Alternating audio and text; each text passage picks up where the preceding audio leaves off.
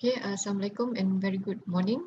So today we are going to cover another chapter, which is chapter 9 on retail market location.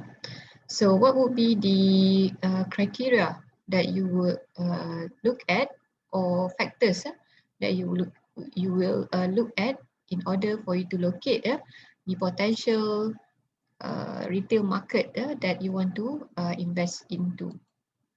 So for today, okay, the learning objective, okay, that we are going to learn today to look at the factors considered, okay, in locating number of store, and then reviewing the characteristic of a particular site, and we want to also look at how retailers analyze the trade area for a site, okay, whether it is a good investment or not, and then some of the forecasted sales that you will look at the future, okay, future of the that particular area, and how does that gives impact, okay, to your business, and then the illustration, the steps if you want to go for site selection, okay, and different types of terms and leases.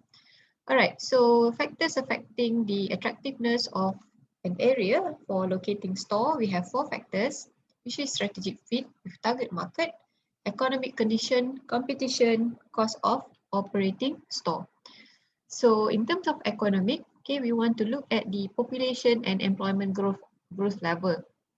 So in this case, we want to see how fast that particular area or that particular town, okay, the population, and then how does the new venture of business, okay, coming into that particular area. So when you have businesses there, right, definitely there will be new opportunity for employment, employment in that particular business.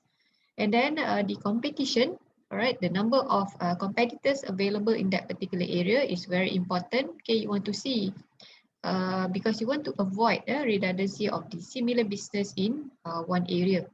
And then the strategic fit, okay, we are looking at the right demographic and lifestyle fit, right? So here in this context, okay, we are looking at the demand coming from the customer in that particular area able to suit the business that you are going, or the products that you are going to offer to them. Okay, and also it fit their lifestyle, right? Here the example that I'm giving to you, okay, we have Toys R Us. Toys R Us, basically they are looking at uh, they are looking or searching for a location with heavy concentration families with young children, right? So you can see that if let's say that particular area, okay, the population of family with young children is high, then there's a potential of Toys R Us to open up their location, their branch there. And then operating costs, okay, proximity area and local state regulation. So in terms of proximity area, whether it is near to certain facilities, and then maybe the infrastructure there is sufficient enough, okay, for you to run the business, okay, and local and state regulation. This is more to the regulation. If let's say you want to invest there, okay, so is there any issues if let's say you want to use a certain land, a certain area for constructing your retail outlet. Okay, the number of stores in an area also you need to evaluate, okay, because when you have more stores in that particular area, so you can also look at, okay, the projection of how does it will affect your business.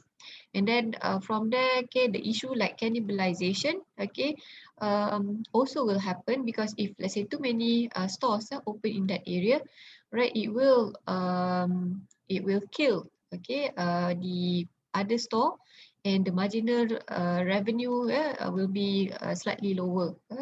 And then when we look at the cannibalization, okay, we will try to avoid to have more stores with similar business in that particular area. Okay, this is the example location of customer patronizing a retailer store. So this the big retail store, if you can see that the area is quite distance adjacent with one another. Okay, And then we are also looking at the site traffic. Okay, if let's say you want to evaluate whether you want to locate your retail store in that area.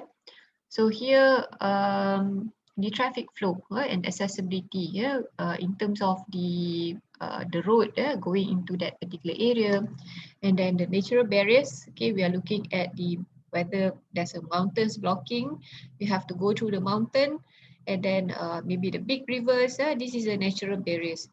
And then artificial barriers like railroad tracks, limited highway access, and so on. So this is like something that you humans created. Okay, and then the parking, whether it is congested or not. Okay, for you to get parking. Okay, because it provide accessibility, easy accessibility. Okay, and adjacent tenants, Here we are looking at the cumulative attraction. For example, in that particular area, there's in that particular block of building, you have like, for example, Mr. DIY. Okay, you know that Malaysian like to go to Mr. DIY. Okay, because the price of the item is cheaper. Okay, so this is one of the thing that can attract others to come into that particular area. And then restriction and costs, we are also looking at lease agreement. If let's say you want to rent that particular area, okay, and then if let's say you want to build, okay, if you want to build in that area, so definitely you have to go with lease agreement. Okay, it's not permanent land for you to construct your retail store. Okay, and then the trade area definition. Okay, we have three types trade area: primary trading, secondary trading, and tertiary trading area, or we call it fringe trading area. So in this case, I just give you example of primary trading area. For example, in Pahang, okay, can be considered as Kuantan. Okay, we have secondary trading area. For example, like Taman Tas, it could be secondary trading area. And then the tertiary trading area, it could be like, for example, Pekan, right? So these are the three areas that you might want to consider, okay? Looking at the business, potential business that you can bring in. So sometimes it also looking at the location of your customer to reach you. Okay, that also can influence customer to come to your store.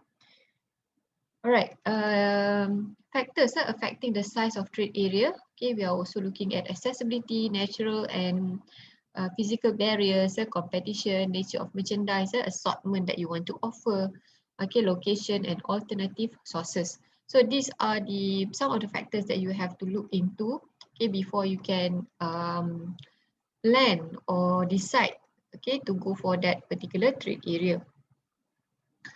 And next is measuring the trade area for retail side, okay, customer spotting. Okay, so here you want to look at, okay, which are the area that there's a lot of customer in that particular area. Okay, it can be due to the population, or maybe there's a lot of new township in that particular area. So from there you can easily calculate roughly what would be the number of potential customer that you can look at. And then you can get some of the information, like in Malaysia, you can get information about the demographic of the customer through the Department of Statistics Malaysia. Okay, we call it DOSM. So because in Malaysia, I think every 5 years we will have the census survey conducted. Right, so from there you can get some information about what would be the number of the people, okay, that staying in that particular area. And then sources of information about the trade area. So you can use geography information system supply. Right here, this is a bit technical. Okay, some company they invested, they use this GIS, okay, to store, retrieve, map, and analyze geographic data. Okay, you have to pay, and then some company they use this to coordinate with other store, okay, in order for them to offer or build in or add on a new store in their retail line. And then from there, you can come up with tapestry segmentation. The tapestry segmentation is considered as the demographic and socio-economic characteristic. So as you can see here, okay, this is the example of in the figure below, okay, example of tapestry segmentation. Okay, so you can see that the red dot here is and the yellow or the green. Okay, these are the area that you can consider to invest into. Okay, and looking at the spending, spending potential index. Okay, from there you can compare. Okay, which area has more spending behavior compared to other area. And then competition in the trade area. So here in this case, we are looking at the sources of information. You can get it through the retail website, retailer website, your competitor's website. And then Yelp, okay, Yelp is Yellow Pages. Okay, Yellow Pages, I'm not sure whether you have seen Yellow Pages. It's a very thick yellow book, okay, with the addresses and then the contact number of the individual, okay, and then also the businesses around that area. And then you have the trade association directories. Okay, you can also get this through online. And there's some information from Chamber of Commerce. Okay, from here maybe you can get from our MITI, Ministry of International Trade, and then maybe the chain store guide. Okay, these are some of the information that you can get in order for you to define. Okay, which is to understand the competition in that particular trade area. All right, so you can also conduct potential sales. Estimating the potential sales through the regression analysis and analog approach. Okay, so I'm not going into detail into calculating the forecasted sales for a new store location. So you can look at how many stores, how the existing store have some impact if let's say you want to open up your business there, right? So here, this is example site selection process. Okay, using the analog approach. Okay, analog approach to evaluate a potential site. First, you need to conduct a competitive analysis. Right from there, you can get some information about what are the businesses around and what would be the market share of that particular company. And then define a present trade area. Okay, analyze the trade area characteristic. What will be the characteristic in that area? As I have shared with you just now, the accessibility, and then the demographic in that area. That would be the analysis that you need to conduct first. And then you need to match characteristic of present trade area with potential site. Right, so you have to compare. Okay, make sure that the characteristic is matched with the one that you want or store that you want to open up the potential site. This is the competitive analysis location for Edward Bainer Company. So you can see that a lot of information here. Okay, including the trade area. Okay, and then the eyeglasses here. This is an analysis. The trade area population, okay, eyeglass total eyeglass potential, estimated eyeglass sold, or all this information will lead into whether you want to decide which one is considered for you to go. All right, here relative level of competition, if let's say very high, so you might not want to go to that particular area. So in this case, okay, you may find that those that in low area, okay, or medium, okay, that you want to consider, okay, investing in that particular area. So first, conducting competitive analysis, right? So you can look at the some of the potential that I have explained to you just now, potential area. Okay, high and low. Okay, you can see that the low relative competition is something that you can consider. And then defining the present trade area, okay, whether it is easy to access, okay, 5 minutes from primary trade, okay, depending on one location to another location, okay. So this is also influence the customer to come to your store, okay. And then the highways, and then maybe heavy traffic, whether it's there or not, okay. This also will affect your business. And then a trade characteristic, okay, you are looking at the household income of that particular area. Okay, so basically you can, forecast what will be the population that you are targeting for, right? And then matching the characteristic, okay, with present trade area with potential site, okay, maybe you are looking at the high income, white collar occupation, okay, large percentage of older resident, and then upscale geo-demographic segment, and maybe another important thing is relatively low competition, right? So, so looking at this, okay, you will look at the 4 potential location for a new store. Okay, after you have conducted a very detailed analysis, okay, you may want to think of to go for the low level of competition. Okay, you have the site B, site B, and this would basically you will capture the market in that particular area. Okay, and besides that, okay, you want to also look at residents percentage age 45 and over. So if you can see, it's a site D. Site D, they have like 50%, and average household income is higher compared to others.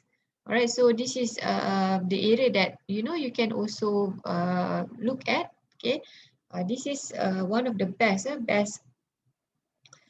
potential location for a new store for the Edward Banner Optical. And then types of leases, all right, so you will have types of leases when you want to open your store.